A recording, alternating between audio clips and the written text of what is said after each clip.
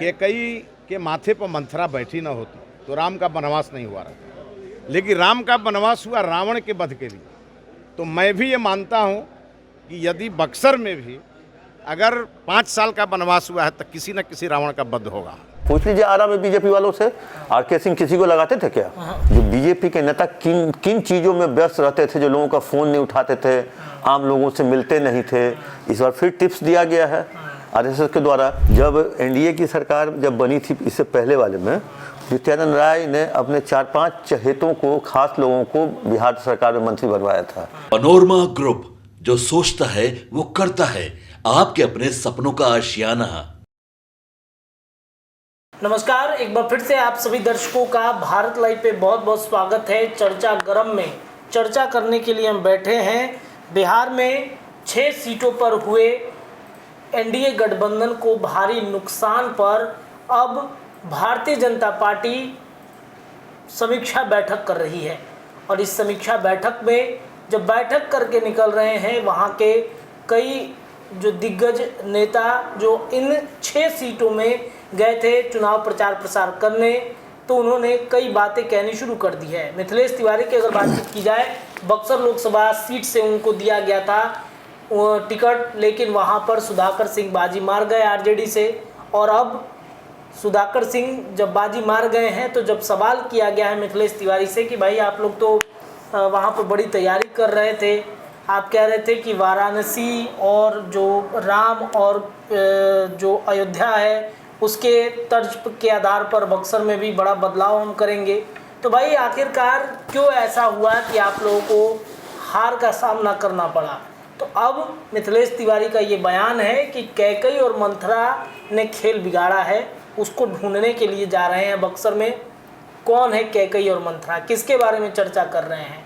इसी पर हमारे senior journalist Chandan Jha sir मौजूद हैं, इनसे चर्चा गरम में चर्चा करवाते हैं कि मिथिलेश तिवारी अब ढूंढ रहे हैं कैकेयी और मंथरा को। कौन है इनका कैकेयी मंथरा? मिथिलेश तिवारी नहीं, पूरा बीजेपी ढूंढ रही है। मतलब पिछले 2 दिनों से लगातार बैठकें हो रही हैं, लोगों से फीडबैक लिए जा रहे हैं। जो आखिर जो सीट हम लोग बहुत मजबूत था, जो आरा, बक्सर, सासाराम, औरंगाबाद, ये सब जो बीजेपी की परंपरागत सीटें थी, लगातार 14-19 में ये लोग जीते, वो 24 में कैसे हार गए? आखिर इसका माजरा क्या है? इसके पीछे मतलब कौन सा कारण है? कारण तो आप भी जानते ही होंगे क्योंकि आप भी कई जगह घूमे हैं। तो लेकिन हम लोग से ज़्यादा वो लोग, क्योंकि जो 24 में होना था वो हो गया। ये कांड 25 में न दोहरा है, उसको लेकर के कार्यकर्ताओं से, नेताओं से, जिला अध्यक्ष से, एमएलए से, एक्स एमएलए से, एमएलसी से बातचीत की जा रही है, फीडबैक लिया जा रहा है, जो आखिर हार क्यों और कैसे हुई, उसके बाद ही निष्कर्ष पर लोग निकलेगा। तो जब आज की बैठक के बाद जब मिथिलेश तिवारी निकले तो उनसे कुछ पत्रकारों ने पूछा, दिखाएंगे हमें वो बयान दिखाएंगे, तो पत्रकारों चाहते हैं वो बयान आप सुन ही लीजिए कि जो मिथिलेश तिवारी ने जो बातें कही है उन बातों को आप सुनिए, उसके बाद आगे की चर्चा हम करते हैं। देखिए, लड़ाई में हार जीत होते रहती है और हम लोग बीजेपी के कार्यकर्ता हैं, हार से हताश नहीं होते और जीत से बहुत ज़्यादा उत्साहित नहीं होते हैं। और पार्टी मंथन कर रही है, हर कार्यकर्ता से फीडबैक ले रही है और वो पार्टी फोरम पर रखा जाएगा, उसे सार्वजनिक करने की ज़रूरत नहीं है। लोकसभा में आदरणीय मोदी जी जीत करके तीसरी बार प्रधानमंत्री बन गए हैं, इसलिए हमारे कार्यकर्ताओं को जहाँ जहाँ, जैसे बक्सर में हमारे कार्यकर्ता हारे, तो उनके हार का दुख इसलिए कम हुआ कि मोदी जी फिर से प्रधानमंत्री हुए। तब बड़े उत्साह से और दुगुने उत्साह से आगे का चुनाव कैसे हम जीतें, और राष्ट्रीय जनता दल और महागठबंधन ने कहाँ कहाँ छल किया, उन सब चीज़ों को, जैसे हमारे वोटर को का नाम डिलीट कर दिया गया, वो किस स्तर पर गड़बड़ी हुई, इन सब चीज़ों को हम देख रहे हैं और देख करके दुगुने उत्साह से फिर हम लोग मैदान में उतर रहे हैं। कल से मैं भी बक्सर के 6 दिवसीय प्रवास पे जा रहा हूं। हर विधानसभा में कार्यकर्ताओं के साथ बैठूंगा, मिलूंगा और इस बात का आकलन जरूर करूंगा कि जो हम किसी भी कीमत पर हारने वाली हमारी सीट नहीं थी, वो हार कैसे। भीतर घात और छल की बात लगता है कि अंदर भी हुई है, पार्टी के अंदर। देखिए, जो भी हुई है वो आपको कुछ दिनों में सामने आएगी। फिलहाल उसको आकलन किया जा रहा है, पूरी तरह उसको गंभीरता से समझ करके और पार्टी फोरम पर पहले रखा जाएगा, चूँकि हम एक पार्टी के जिम्मेवार कार्यकर्ता हैं, हम मीडिया ट्रायल नहीं कर सकते। हम पार्टी फोरम पर रख करके और पार्टी से उन सभी गलतियों को सुधार करने का आग्रह करें। मिथिलेश जी, विजय सिन्हा ने माना कि मंथरा और केकई के कारण ही जो है ये परिणाम जो है वो सही नहीं है। तो देखिए, मानते कुछ है? केकई के माथे पर मंथरा बैठी न होती तो राम का वनवास नहीं हुआ रहता, लेकिन राम का वनवास हुआ रावण के वध के लिए। तो मैं भी ये मानता हूँ कि यदि बक्सर में भी अगर 5 साल का वनवास हुआ है तो किसी न किसी रावण का वध होगा। तो आपने सुना जो किस तरह से मिथिलेश तिवारी कैकेयी और मंथरा की खोज में है, और एक तरह से कहें जो उनसे जब पूछा गया जो भीतरघात हुआ है क्या, तो उन्होंने कहा जो अगर मंथरा नहीं होती तो राम को वनवास नहीं होता, राम को वनवास नहीं होता तो रावण का वध नहीं होता। तो चीज़ें पूरी तरह से सीक्वेंस में वो बता रहे थे, जो राम का वनवास फिर रावण का वध। तो उन्होंने कहा जो ठीक है, हमको 5 साल के लिए वनवास मिला है, फिर किसी न किसी रावण का वध होगा। अब उनके लिए रावण कौन है, अब ये तो अब निष्कर्ष उन्हीं से पूछना चाहिए कि भाई वो किसको रावण बता रहे हैं अपने सामने। लेकिन चलिए वो बात है, उनकी बात है। लेकिन ये सब चीज़ों को लेकर के कहीं न कहीं बीजेपी बहुत गंभीर है, क्योंकि 6 सीटें का मतलब है कम से कम 36 विधानसभा सीट, और 36 विधानसभा सीट अगर कम होता है, उससे कहिएगा तो महागठबंधन 10 सीट मतलब 60 सीट के आसपास एनडीए गठबंधन हारा है। अगर एक लोकसभा में अगर हम जानते हैं 6 सीट होता है, कहीं कहीं लगता है 7 भी है एक दो जगह पे, मतलब क्षेत्रफल के हिसाब से वो होता है। तो वैसी स्थिति में इनके लिए बहुत मतलब ये बहुत इनके लिए गंभीर बात है, क्योंकि 2024 में जो बिता लिए, 2025 में या हो सकता है उससे पहले भी चुनाव हो सकता है। लोग तो कह रहे हैं यही अक्टूबर नवंबर में चुनाव हो सकता है, इसी 3-4-5 महीने के बाद। तो वैसी स्थिति में तैयारी इन लोगों ने शुरू कर दी है, और ये तो बिहार स्तर पर तैयारी हो रही है, दिल्ली में भी समीक्षा बैठक हो रही है, आखिर कहाँ चूक हुई एनडीए से, बीजेपी से, तो सीटें कम आई, किस तरह की बात थी। तो बिहार में भी अब चर्चा शुरू हो गई है, और इन लोगों को जो बातें कहा जा रहा है, फीडबैक, वो जो कहे जातीय गोलबंदी बात सामने आ रही है। कोई यहाँ भीतरघात की बात नहीं है। बीजेपी इतनी बड़ी कैडर की वाली पार्टी है जो एक को जिला अध्यक्ष या एक विधायक के भीतरघात से पूरा एक लोकसभा पे असर नहीं पड़ेगा। मतलब एक मतलब कहें जिलाध्यक्ष, मान लीजिए कि बक्सर जिला का जिलाध्यक्ष अगर साथ नहीं दिया होगा चुनाव में, तो उसकी कितनी पावर है। यहाँ जातीय गोलबंदी के कारण जो लालू का जो था, उनका क्या कहें, उनका स्टाइल, दिमागी खेल, कुशवाहा को जोड़ लिया और मल्लाह को जोड़ लिया, जिस कारण से सबसे पहला विकेट गिरा औरंगाबाद में, बिल्कुल, क्योंकि वहाँ अभय कुशवाहा को खड़ा किया गया, और कुशवाहा ने और मल्लाह ने, यादव ने और मुस्लिम ने जम के वोट कर दिया।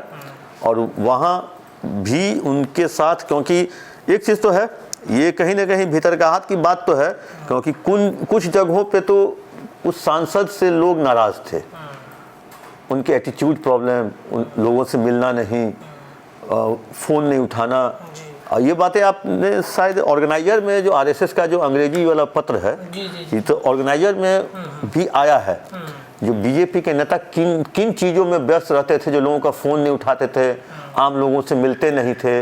इस बार फिर टिप्स दिया गया है आरएसएस के द्वारा। तो ये आरएसएस भी आपने देखा सर, मोहन भागवत का बयान था, किस तरीके से मणिपुर को लेकर के चर्चा कर रहे थे। हमने बाबा के साथ जांच पड़ताल में इस विषय को रखा भी था, चर्चाएं भी की थी। आरएसएस भी इस बार कहीं ना कहीं बीजेपी से काफी मतलब नाराज था, उसकी स्ट्रैटेजी को लेकर, सांसदों से कामकाज को लेकर के, और इस वजह से मुझे लगता है कि सपोर्ट नहीं मिला है आरएसएस का भारतीय जनता पार्टी को। सपोर्ट आप मांगिएगा तब ना मिलेगा। आपको लगा जो हम फील गुड में हैं, आप 400 पार का नारा दे दिए हैं और आरएसएस से सपोर्ट नहीं ले रहे हैं, उसके संपर्क में नहीं हैं। जिससे मैं पहली बार आपको सरकार में आना था तो आरएसएस के साथ आए, के सपोर्ट से आए, और जब 14 में आए, 19 में आपको लगा जो हम सब कुछ अपने बल पे कर लेंगे, कर लिए, तो आप चाहे जो 24 में भी कर लेंगे। तो इसलिए कहीं ना कहीं आरएसएस को ठेस पहुंची है, और आरएसएस के ऑर्गेनाइजर में इतना खुलकर हमको नहीं लगता है जो बीजेपी के खिलाफ इससे पहले कभी लिखी गई होगी। आपने पढ़ा होगा, आपने देखा होगा। सर पढ़ा तो नहीं है, लेकिन बयान जो मोहन भागवत का हमने सुना, उस बयान से ये झलक रहा है स्पष्ट चीजें। और आप कह रहे हैं कि लिखा हुआ है, तो जाहिर सी बात है कि उसमें लिखा ही होगा। वो भी हिंदी में नहीं लिखा गया है, जी। उसके जो अंग्रेजी मुखपत्र है ऑर्गेनाइजर, उसमें लिखा गया है। और ऑर्गेनाइजर को बहुत लोग गंभीरता से लेते हैं। बिल्कुल। जब सर हम भी जब पत्रकारिता के क्षेत्र में आते तो ऑर्गेनाइजर के लोग चर्चा करते हैं, सजेस्ट भी करते हैं कि वो पत्रिका पढ़ना चाहिए एक बार जरूर। ऑर्गेनाइजर में बहुत डीपली सारी चीज़ों को लिखा गया जाता है। सबसे बड़ी समस्या क्या है इतने जानते हैं क्या है? आप एमएलए हैं तो खुद फ़ोन उठाते हैं, जैसे ही आपको काफिला मिल गया, एस्कॉर्ट मिल गया, मंत्री बन गए, पीए रख लिया, सबसे पहला काम टेलीफोन पीए को दे देना। कौन टेंशन पालेगा, कौन टेंशन पालेगा या क्या करेगा। और उसके बाद आप फ़ोन करते रह जाइए उस पर, वो पीए ऐसे करके देखते रहेगा डिस्प्ले पे किसका नाम आ रहा है। अगर नाम नहीं, अननोन नंबर है, तो कॉलर आईडी में जाके देखेगा। और सबसे पहला बात, जी साहब मीटिंग में हैं, हम इधर से बात करवा देंगे। ऐसा कई मंत्री बिहार में है, आज तक वो आदमी कॉल बैक करते ही रह जाता है। तो ये एक समस्या है। जब मतलब कहें जो मतलब हम लोग अपने आप को वीआईपी नहीं मानते हैं, लेकिन जब पत्रकारों के फ़ोन कॉल्स का रिटर्न बैक नहीं होता है, ठीक है हम मान लिया आप मीटिंग में हैं, लेकिन क्या रात 12 बजे तक आप मीटिंग में रहते हैं? मीटिंग में है, मतलब अब आप मीटिंग से निकल के तो उस व्यक्ति को ये काम नीतीश कुमार जी का बहुत क्या कहें, वो उनके लैंडलाइन कॉल पे अगर कॉल जाता है, वहाँ हर आदमी नंबर और नाम नोट करता है। और रात में 7:30 बजे नीतीश कुमार जी के पास वो रजिस्टर जाता है, जो सारा दिन भर में इतना फ़ोन आया था। उसके बाद वो पेंसिल से जिस नाम और नंबर के बगल में टिक लगा देते हैं, उसके लिए इशारा हो जाता है कि इस सबको रिंग बैक करके बात कराओ। और रिंग बैक वहाँ से आता है, वहाँ से रिंग आता है, जी फला बाबू बोल रहे हैं, तो हाँ साहब बात करेंगे। तो आप जैसे ही लोगों से दूर हो जाइएगा, तो ये 6 क्या ही हो सकता है अगला बार 12 हो जाए। अगर आप लोगों से दूर होइएगा तो आप किससे दूर होइएगा? जनता से। और उसी जनता के वोट पे चुन के गए हैं अभी संसद भवन में, और उसके बाद अगले कुछ सालों के बाद कौन सेंट्रल विस्टा बना है, उसमें बैठिएगा। तो इसलिए अगर आपको जनता से, और अभी उसी पर लोग चर्चा कर रहे हैं और कैकैया मंथरा को ढूंढ रहे हैं, तो कैकई मंथरा तो आप खुद हैं।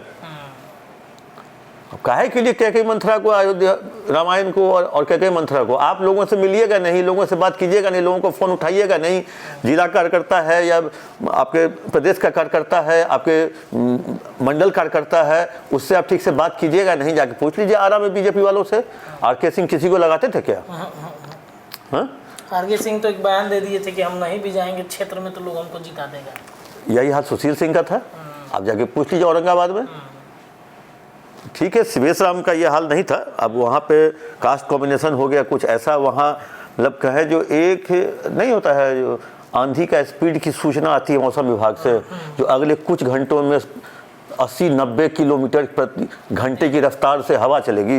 मतलब 7वें फेज में ऐसी हवा चली कुशवाहा और राजपूत वाला, जो बीजेपी का सब सीट वहाँ से लूज कर गया, सब साफ हो गया, एक पटना साहिब को छोड़ के।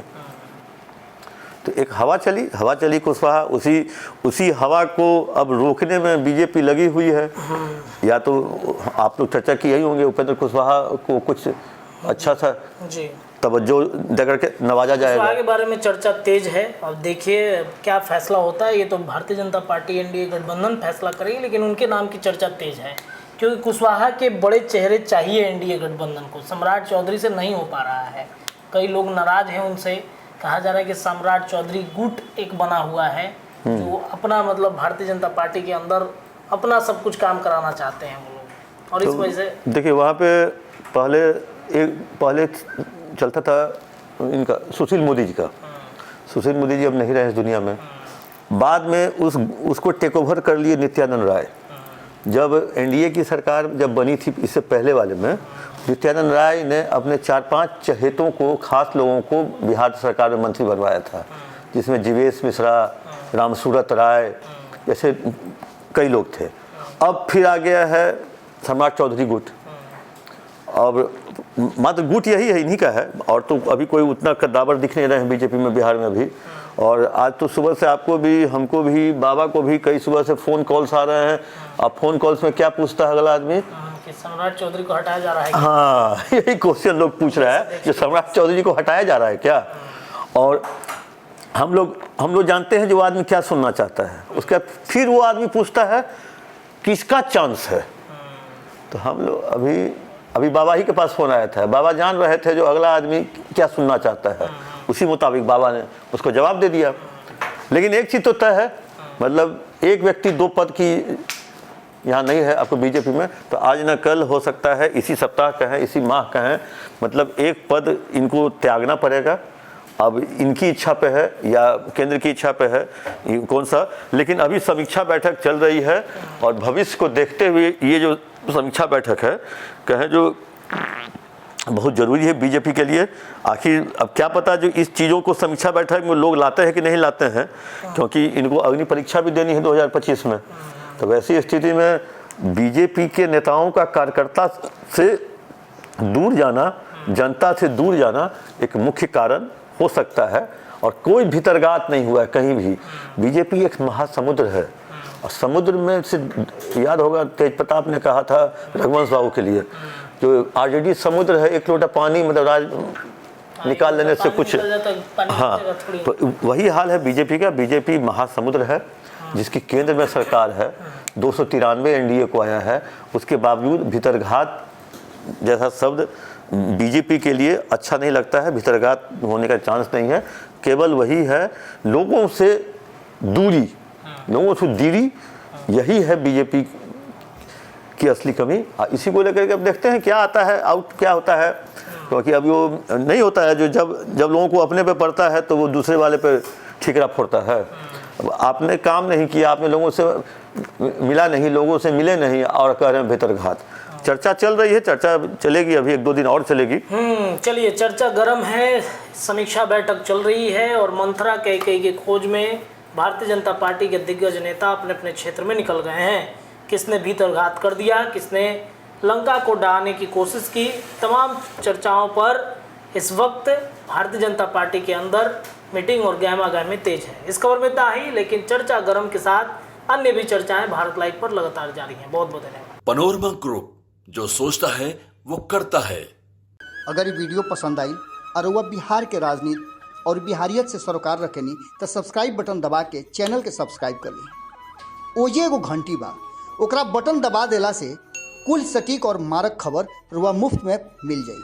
अगर रुआ पत्रकारिता के हमनी के नया प्रयोग में सहयोग कर चाहतानी तो ज्वाइन बटन दबा दी। पेटीएम नंबर नोट कर ली 9386816700। धन्यवाद।